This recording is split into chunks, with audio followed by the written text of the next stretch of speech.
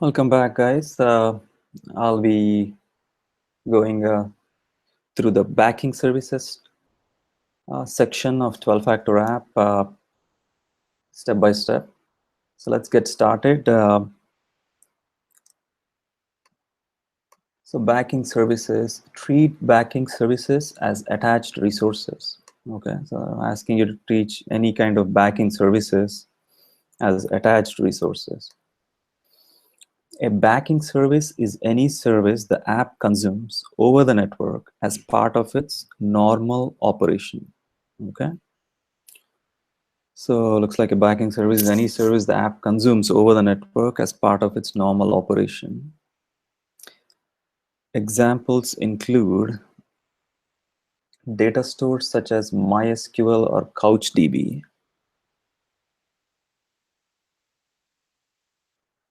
Oops. So examples include data stores such as MySQL or CouchDB.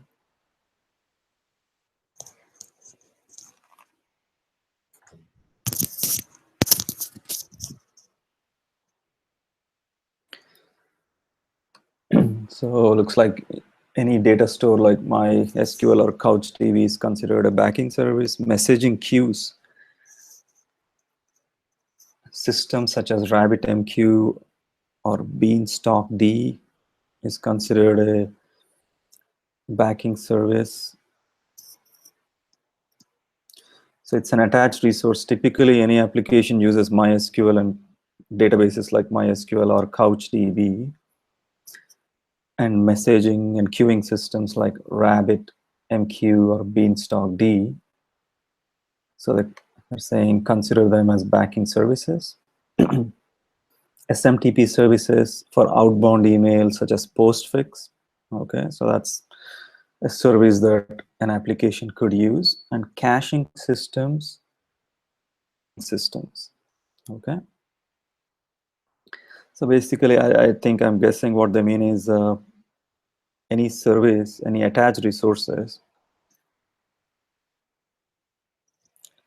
treat backing services as attached resources. Any services that you use, okay, so they're attached resources, they're not necessarily part of the application, is what I'm thinking, but let's go through it and maybe they'll explain it in a little more detail. Backing services like the database are traditionally managed by the systems administrator as the app's runtime deploy. So a backing service like database are typically managed by a system admin as the app's runtime deploy. Okay. In addition to these locally managed services, the app may also have services provided and managed by third parties.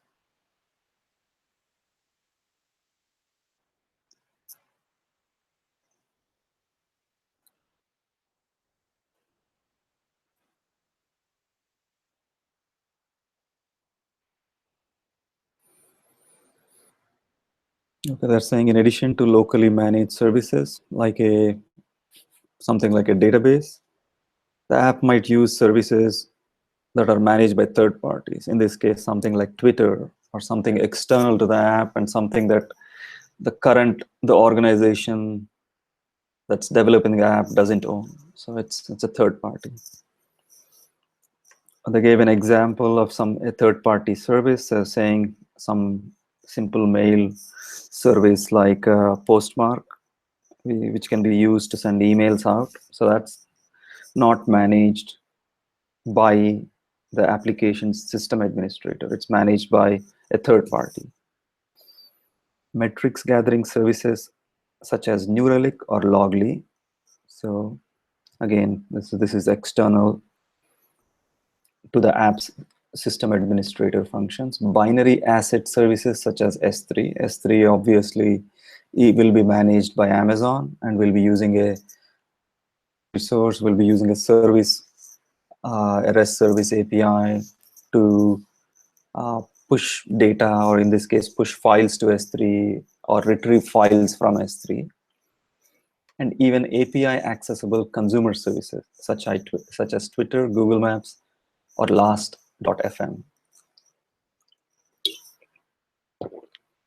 So they gave examples of what is considered a backing service, a database that's managed by the app system administrator, or third-party services like Postmark, New Relic, Amazon S3, Twitter, Google Maps, and others. The code for a 12-factor app makes no distinction between local and third-party services. So the code should not make a distinction between local and third-party services is what it's saying. To the app, both are attached resources accessed via a URL or other locator credentials stored in the config. So the app will access these resources using the config, is what they're saying. A deploy of 12-factor app should pop out a local MS SQL database with one managed by a third party without any changes to the app's code. Yeah, if it's a 12-factor app, let's say the developer has a local database, just by changing the config, we should be able to point to a Amazon AWS managed database without making any changes to the code. We just should be able to make an environment variable change and everything should work.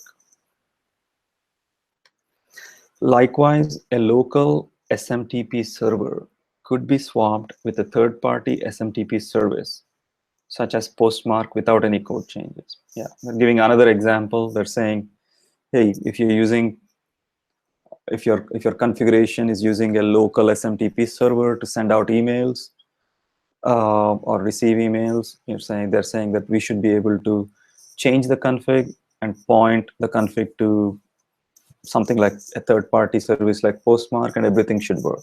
No code changes should be required. Only config changes should be able to take care of a switch like that. In both cases, only the resource handle in the config needs to change. Again, so they're saying only the config should change in these cases, and no code changes should be required. Each distinct backing service is a resource. They're saying each distinct backing service is a resource, like MySQL, outbound email service. All these are nothing but they're resources that are external to the code itself. For example, a MySQL database is a resource. Two MySQL databases used for sharding an application layer qualify as two distinct resources. Okay? Yeah. If the application is going to talk to two databases, then it should be considered as two distinct resources. The 12-factor app treats these databases as attached resources, which indicates coupling to the deploy they're attached to. Basically, the coupling for any resource it's a loose coupling. So you should be able to pop it out and pop in something else. The coupling is loose. So if you make a small config change, you should be able to point that to something else.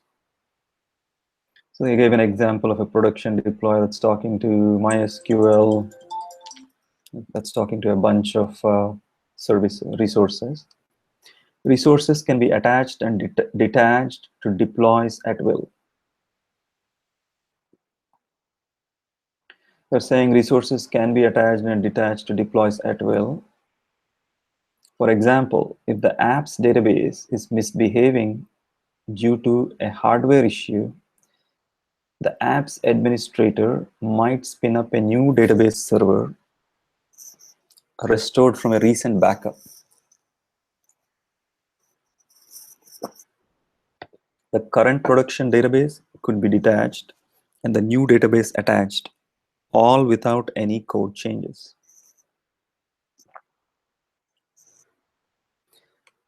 So again, going to the example, they're saying, let's say a database is misbehaving due to some issue.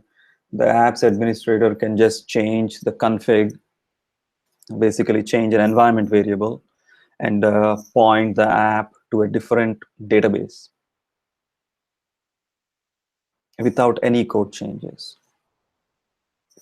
Anyway, so these are all the backing services. Any backing services is a loose coupling to the app, and using a simple config change, we should be able to change the service, the resource that we are using.